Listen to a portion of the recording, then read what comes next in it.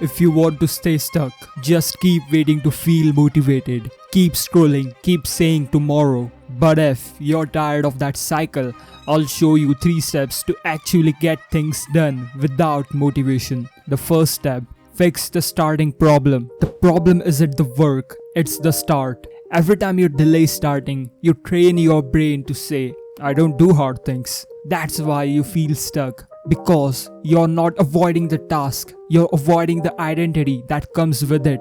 And here's how you can hack that loop and build momentum from zero. First thing, pick one task you're avoiding, not 10, just one. If you pick too many, you're not trying to execute, you're trying to feel productive without doing anything. For example, it could be meditation. Second step, set a rough time. No, it doesn't have to be perfect. Perfection is just procrastination wearing a lab coat. If you decide to do it in the morning, cool, write that down. Because unclear plans create clear failures. Third thing you need to do, write 10 excuses you know you'll make. And do this the night before, because if you wait till the moment, you'll end up negotiating with the same brain that's been lying to you for months. Write shit like this: I'm too tired. Let me check my notifications first. I didn't sleep enough. This isn't the right day. It won't even matter if I skip once. It's not that serious. The more honest you are about your bullshit, the less power it has over you. Remember that. Fourth thing, now flip it. Write 10 benefits. Why would your future self thank you for doing meditation tomorrow? List 10 benefits. I'll stop reacting like a triggered animal. I will respect myself before the day even begins. I'll prove I'm not owned by my emotions. I'll walk into work focused, not fried. You are not doing the task to check a box. You're doing it to build the version of you that doesn't flinch. If you don't write the excuses, you'll believe them. If you don't write the benefits, you won't crave the win. You want to act without motivation. Then stop waiting to feel like it. Make the path so clear, it would feel stupid not to walk it. You don't need motivation. You need fewer decisions, fewer feelings, and a plan so obvious a child could follow it.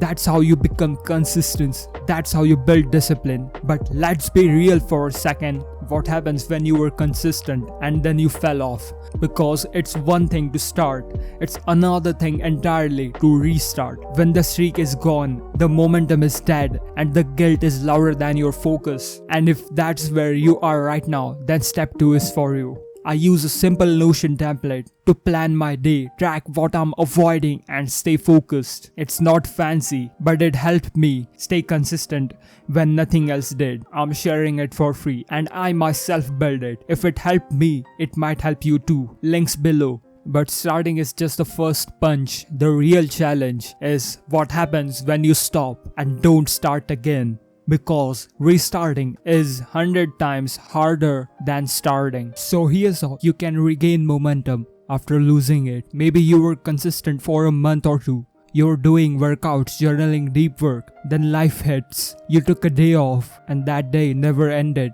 Now you're trying to come back, but you're stuck thinking, I have to pick up from where I left off. That's a trap. That mindset kills momentum before it starts. Let me tell you something real. Few months ago, I was on a streak, waking up early, training hard, journaling daily, 6 weeks straight, 0 skips. Then one morning, I slept in. I told myself it was just one day, but that one day turned into 3, then a week, then I was back to square one. But that shame piled on. What made it worse? I felt like if I couldn't go all the way back to doing the full routine, the hour-long workouts, the deep journaling, then it wasn't even worth trying. And that mindset, it wrecked my momentum until I stopped trying to go back to where I was and started from where I actually was. The start with what feels easier or most enjoyable. Don't start with your hardest tasks. Start with what gets the wheels turning again. Something you like or you can do without resistance. Meditation, journaling, a short workout. Let's say it's a workout. Don't go all in. Start small. This is where people fail. They go from 0 to 100 on day 1. That works for 2 days maybe. Then burnout hits. If you used to train 60 minutes, start with 15 or 20. Then add 5 to 10 minutes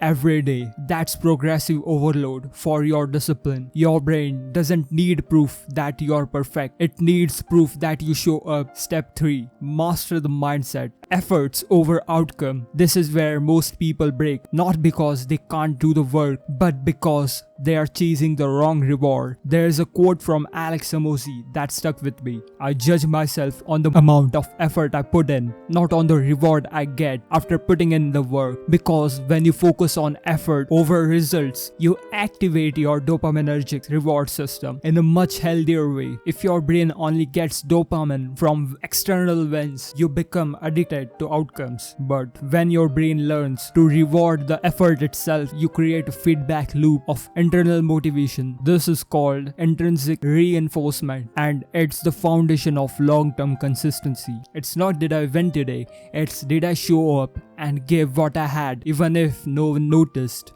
That's how elite performers train. That's how you build identity. And that's how you stay consistent even when results lag behind. And that's how you work without motivation.